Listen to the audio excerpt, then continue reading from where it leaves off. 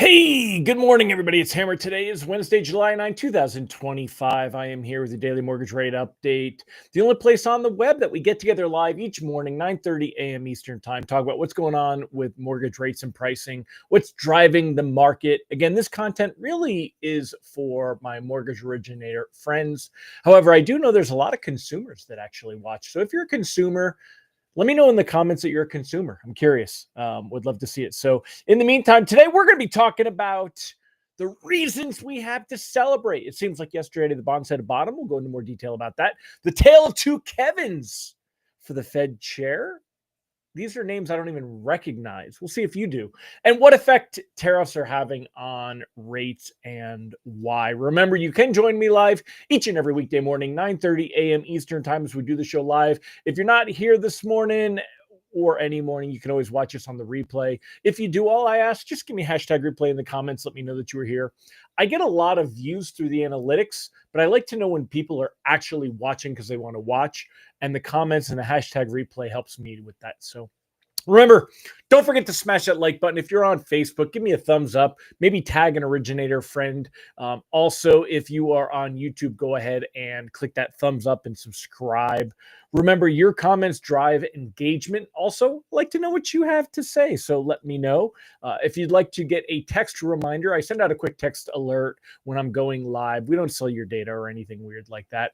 You can go ahead and sign up at hmmr.io/reminder or use this cool QR code. If you're on your phone right now, you can take a screenshot, go back to your photos. The QR code will work. I think that is so awesome. QR codes were so useless years ago before phones were able to read them natively. So it's really come a long way. Anyway, welcome to all the live folks. If you're here this morning, say good morning. I like to say hi to my friends.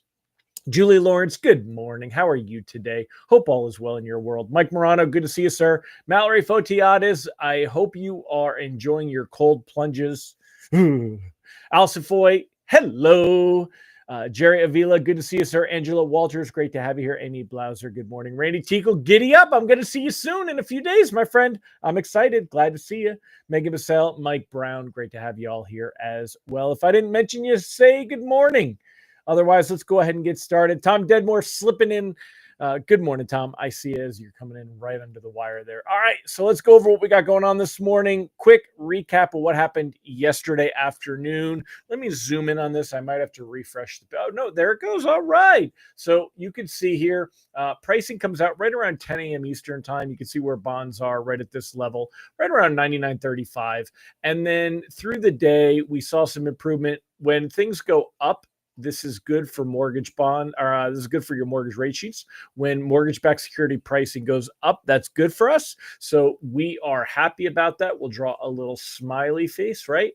However, when things go down, reprices worse come very quickly. When things go up, reprices better tend to come a little bit slower. So we really didn't see any reprices better yesterday. Lenders were pretty slow on all of that. However, those gains are holding into the day this morning. Let me move this sideways and we will scroll over and come on and pop that on there. So rate sheets should be better today because we are seeing some improvement this morning. We had a little bit of negative right here, and I thought it's not great, but we've since recovered and we are up higher. As you can see here, we are up 8 basis points on the morning, which is fantastic. And that puts us up close to about plus 20 basis points since around the same time since pricing came out yesterday. So that's going to improve rate sheets a little bit, and that's great. Now, if we take a look over here at the candlesticks, after peaking right here, right? We were peaking here, and then the next day we opened lower. Remember, red candlesticks mean that bonds lost ground. So we started here, but we ended here. So this was the day that we peaked. We lost ground. We started the day lower, improved a little bit, but we're still down on the day. Here we started a little bit higher, ended the day lower. Again, down, down, down. Here we were down. Yesterday, it showed some signs of recovery. I'm going to refresh this because it should be a green candlestick here this morning. Let's see if we get an updated. Okay, hold on. It's glitching. There it goes. Okay, so That's better. That's what we want to see. So this is the actual accurate candlestick for today. It's actually green. So we've seen a bounce. Now also take a look at all these lines right here. This is important. We're watching the technicals quite a bit today. We do have technical support. The purple line is the strongest. It's the 200-day moving average. The green line is the 100-day moving average. I put a lot less stock in the blue line. It's the 25-day moving average, but those are all right around 99.35. So we do have some support right there heading into next week's inflation data, and we've got some room on that. So anyway, Mike, I'll answer that. I'll get to that one for you in a minute. So reprice risk on the day today is low. As far as what we've got going on this morning, we're up. Like I said, we're up a few basis points, which is fantastic. And then we've got the Fed meeting minutes at 2 p.m. Eastern time. Markets aren't really expecting anything different than what they're already expecting when it comes to the Fed, though. There is basically no expectation at all of a June rate cut. We can see that here when we watch the Fed futures. The expectation of a September cut still about 70%. Still about 2/3. So that's very much where we have been the last couple of days. That's not going to change. Nothing from the Fed meeting minutes is going to change that. We have at 1 p.m., we have the 10-year Treasury bond auction. That, if it goes poorly, that'll show up on the rate sheet here on bonds at least. We'll see a little pullback on that. So we want to be careful about that, but otherwise, not much that we have to really worry about there. So this is a good outlook. This is a good, we're seeing signs of a bounce here, and seeing signs. Oops, hold on, I gotta click. All right, we're seeing signs of a bounce here. Hopefully this helps us to kind of see some pickup. Same thing, if we look at the 10-year Treasury yield, we want to watch at 4.42. 4.42 is kind of that mark. Yesterday we ended at 4.40. It's improving now at the moment. Look at that, 4.38, which is fantastic to see. So we want to watch 4.42 is the number you want to be watching on that 10-year Treasury yield. If it goes above that number, that's going to be concerning to us. So there's really no economic data the rest of the week. We got jobless claims tomorrow. Otherwise, there's really not anything big going on. I mean, let me double check because I could be wrong on that. But I don't remember anything being on there. Hold on, I'm going to pop this open and look at it this way. Let's look at the economic calendar together here, and we'll put this on this week. So, yeah, no, I mean, we got the 30-year bond tomorrow and nothing really on Friday. So, really not anything going on at all. So, there you go. All right, let's go ahead and address Mike's question. How many of y'all have heard about the Vantage model going in? And I can't copy that link. I can't paste that link. So what is that? Wall Street Journal has it in there. Let's take a look. So how many of you have ever heard Pulte? I saw a bunch of stuff on Facebook about it yesterday. So the Vantage 4.0 score is the score. The three credit bureaus got together. They created the Vantage model. It's different than the FICO model. A lot of people in the industry are hoping that this will bring down costs, but I don't know. Does anyone know? Here you go. Let me pull this up here. I'll make this. Oh, nope. Okay. That does that. I have to share my screen. Okay. Randy said, I have a hard time floating refinance loans in a volatile market. If the impact of current rates is solid, I lock it. Been burned before. So as far as that, and then we'll come back to the conversation about the, why is it? Oh, I picked the wrong. That's why. Why is it?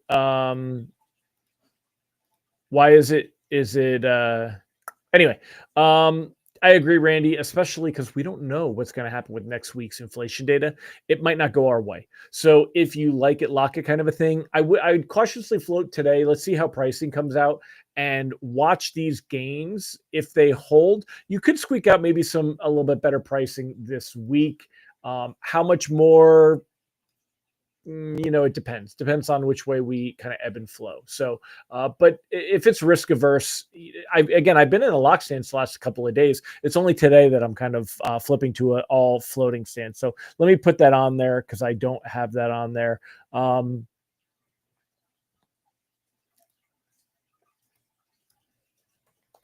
Cautiously floating all. All right. So I would be cautiously floating all of my loans right now. I want to see how far these gains will go. So anyway, let's pull up that article about. Oh, I didn't talk about the two Kevins yet. All right. So let's talk more about what Randy was saying and what Mike was saying about the people that bring us trigger leads are now bringing us credit scores. They were bringing us credit scores, though. As it is, we don't trust the three bureaus. Why the world do we want to do Vantage as owned by the three bureaus? And then the argument of competition, it's not competition because who is delivering the data to you? Whether it's Fair Isaac or it's the bureaus are the one bringing you the data anyway. Experience, this I don't think it's going to alter the price at all. And I'm going to be upfront, even though it's not a popular opinion. I don't think that this is good for consumers. Underwriting would change guidelines. I think it's a non-issue just because Bill Pulte, who, by the way, so far, I didn't know the guy up until a few weeks ago, right? But I have very little respect for this guy. I think he's a shill for Trump. I just think he's a mouthpiece. His grandfather owned a housing company. So what? I don't think that makes him relevant in our industry. I know that he's done investing in the housing market and maybe he's the greatest coming since Christ. I don't know, but it certainly doesn't strike me that way. Putting a tweet out there like that things are going to change like that. Hello, we know in the mortgage business nothing changes like that. So lenders can now choose to use the Vantage score if they're going to sell to Fannie and Freddie, but that doesn't include Govy, and all that stuff. So again, it's so far away from mattering, and it's there. FHFA's what this will do is increase costs because if you're going to run it Govy, but if there's any chance it's going to go FHA, you're going to still need FICO. So even if they do start implementing it, you'll see guideline changes to adjust for any score changes. So it's not like, oh, well, the score will be higher. They'll just say, okay, it's a FICO score of this and a Vantage score of that. So you're not going to see any improvement. And at the end of the day, I do know that for a handful of people, in my opinion, a very small amount of people, that are credit worthy but struggle to put together a credit report. Guys, I wrote loans for a decade. I know that you come across those people, but in 2025, with the market the way that it is, if somebody hasn't been able to build their credit for 6 months, I don't know that they should be buying a house. Buying a house is hard. And we weren't struggling. I know that you can argue that we're struggling to find buyers a little bit more now, but we weren't struggling to find buyers the last few years. I don't think this is a big thing. Yeah, I know it allows people. The other problem too is what happens if you start putting those credit card, that $300 Verizon bill on debt to income ratios. Is this going to change DTI stuff? Are these things show up? I don't look at credit reports on an active basis, but I don't think your Verizon bill shows up on your credit report, but it will if it's on that Vantage report, won't it? If they're using it for credit. So, like Randy pointed out, implementation in the mortgage world takes forever. With this, I read we can use the mid score of the higher borrower. Clickbait. It's all clickbait. They don't write the guidelines, so none of this matters. It just, again, because Pulte says something for Fannie and Freddie, and then the underlings are the ones that are supposed to have to implement all this stuff. Where is any of this? So I think this is all just a bunch of blah. I don't think we'll be talking about it in 3 days. Mortgage lenders is a little practical. I'm reading this article about it. FICO's pricing power in the mortgage industry could erode with greater competition. The fee that FICO charges credit bureaus to pull a credit score is $4.95. So look at this. You guys pay $100 for a credit report, but FICO charges $4.95. $4.95. So how is it changed from FICO to Vantage? Who's making the money here? I don't know. This tells me, am I reading this wrong? You guys tell me, am I reading this wrong? So if you're paying the bureaus $100 for a tri-merge and FICO is getting $5, now granted, that's up 60 cents from 2018, but it's $5. So is this a lie? Is this wrong? Is it totally, where's that all go? VA said they're going to allow Vantage as well. It'll take a little while. It's going to take a lot of while, And with VA, again, a guy like Randy Tico could definitely talk more about it than I could. But I think that you've got manual underwrites and reasons for credit scoring. You've got lower credit score allowances for VA. So in my opinion, I don't think it really helps there. I think this is a non-issue. I think it's a non-whatever. It certainly doesn't. You want to help lower the cost to homeowners? Then find out why these credit companies are charging ridiculous amounts of money and selling trigger leads. They finally didn't they just pass the legislation for trigger leads that they're gonna block them. Let's see that get implemented. Allison said, just like AMC is charging $175 to manage appraisals. Exactly. Right, Allison? I mean, these are just ridiculous fees that have been stacked on over regulation. I remember when we used to go ahead and contact appraisers directly. Appraisers weren't the ones responsible for driving up costs in 2007 that led to the 2008 crash. Wall Street was. When you gave people loans with no income verification, no asset verification, they were stated wage earners that were buying investment properties with no money down. That wasn't an appraisal issue. So I think AMC's and AIR and all this crap was garbage. I think you should be able, but I think that you should be able to set your comp at whatever you want. I think all of the Dodd-Frank stuff, I think 95% of it should be rolled back. If you go through it, I'm sure there's something that I can find that probably makes sense. We could argue that licensing is not a bad idea. That was implemented, the SAFE Act as part of that. But maybe that's the only thing that I think is even remotely something that's reasonable with all this. Otherwise, I think it's a bunch of trash. So, Jonathan, why will the trigger lead bill change nothing? If I thought that stops them from being able to sell trigger leads. Wouldn't that change everything? I'm missing. I admit I'm not read up on this one. So someone, Jonathan, and let me know if you guys agree with Jonathan, if that's the way that you guys read that as well. So let's jump over for a quick minute. Let's talk about the other things that we're going to talk about. So the tale of two Kevins. Kevin's battled to be the next Fed chair. Anyone ever heard Kevin Hassett and Kevin Warsh? I've never heard of either one of these guys, so I'm not paying attention. I'm obviously doing Kevin Warsh, a former Fed governor vying for the position. Kevin Hassett, close economic advisor to President Trump, serious contender. Two Republicans vying for the next one. One is rising to the top. Kevin Hassett, one of Trump's closest I thought that I actually think that Waller would be the better choice for Trump. Not that he'd be a great governor. I haven't done a lot of thought on that, but just the connection and Trump being able to kind of have tweak. And also, Waller is more dovish, and that's what Trump wants right now. Two ambitious men competing for the approval high stakes contest, similar to The Apprentice, blah, blah, blah.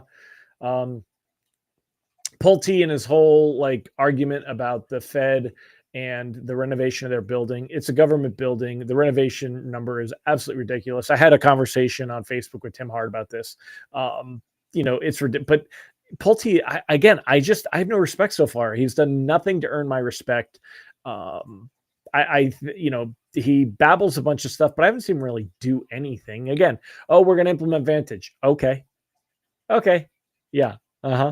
Show me when that really happens. When does that show up in DU? Who's rewriting all the guidelines? Who's, let me see that. So, there's thought that Bessent's doing really well, I think, as Treasury Secretary. And I actually do have respect for Bessent and what he has done as Treasury Secretary. Pulte, I think, so far has done nothing that I respect. Bessent, I think, has done a good job. Speaking of Bessent, let's jump over to the tariff conversation and kind of what that was. Trump delayed reciprocal tariffs after Bessent wanted more time on deals. Speaking of Bessent doing well. Yeah, Randy pointed out Wall Street bought pools with waitresses making $15,000 monthly in stated income. Yeah, exactly. Johnson said no more to it, and I'll send it to you. Awesome. Appreciate that. Ron, licensing is just an extortion fee. Unfortunately, you may be right, my friend. Yeah, send me some stuff about that trigger lead bill. I'd like to know more about that for sure. So, but looking at percent here, the tariff stuff has been part of why we've seen some negative movement in bonds over the last week, but it's not the only cause by any means. But it is definitely some, comes to part of the play. Hold on, I got to refresh this again. It locked up again. Okay, so as we take a look here, is what you got going on. Bonds don't like the uncertainty about all this stuff and all the conversation about all this. So President Trump delayed reciprocal tariffs to August 1st. They were supposed to be July 9th. So that got moved. And Trump was frustrated at the lack of progress, blaming them for not offering deals good enough for the U.S., sent letters as a negotiating tactic, et cetera, et cetera. So anyway, it's more of the same. Ron says, the best we can expect from most of the government officials is if they'll do nothing. If you look at the history, the mortgage meltdown dates back to the Jimmy Carter administration. That would be, I would love to hear more about that, but, and I don't necessarily disagree with you. That's like the argument that if the Fed cut rates, it's going to fix the housing market. Again, Pulte, I think that's one of the stupidest things that is out there as an idea. The Fed cut rates here. Let me show y'all something so that I want to back up what I'm saying here. So the Fed cut rates in September, right, of 2024. And when the Fed cut rates in September of 2024, let me open this up a little bit. Not that much. Okay. So here we are, August of 2024. Hold on, I got to move this over so you guys are seeing the edge of the screen. There we go. Okay. So here we are in August of 2024. Rates were, again, Mortgage News Daily. We'll just use it for consistency. 6.63, 6.55, 6.52, 6.49, 6.58, 6.56. Again, this is a month before the rate cuts. Okay. The Fed cut in September. And then look where rates went. 7, 6.8, 7. Rates are higher now. The Fed has cut rates by a point, right? When was the first rate cut? Was it July? When was first Fed rate cut 2024? I think it was July, right? No. Oh, yeah. The first cut was on September, 50 basis points. They wanted in July. That's right. So anyway, and that was kind of proves my point here is that the Fed cut rates in September. Remember, this was an expectation that we we're going to see even further rate cuts when mortgage rates drop down. When the Fed cut rates, look at this. Rates are higher. Oh, wait, they're higher. They're actually higher than where they were. But even though the Fed cut policy rate by a point, so shouldn't they be so much lower? Shouldn't they be a point lower? No, it doesn't work that way. Mortgage rates are long-term rates. The Fed affects short-term rates. Yes, it influences mortgage rates. We've talked about that, of course, but not as much like everyone says. Actual strength of the labor market, increasing inflation at the same time. Their cut was only political. Anyway, we're at 23 minutes. I won't go into that one. We could definitely talk more about that. I don't think their cut was political. If you look at the history of the mortgage meltdown, yeah, okay, we got this. So, all right. Well, anyway, that's it for me, my friends. Again, just to give you the heads up, cautiously float. Let's see where the day goes. It looks like we may have seen a floor for bonds. We're excited about that. We'll see a bit of a rebound, and hopefully rate sheets will continue to improve as we head into the end of the week. It's not going to be much, but it's better than seeing them get worse, isn't it? So, all right, I'll catch y'all tomorrow. Make it a great day. Bye-bye, everybody.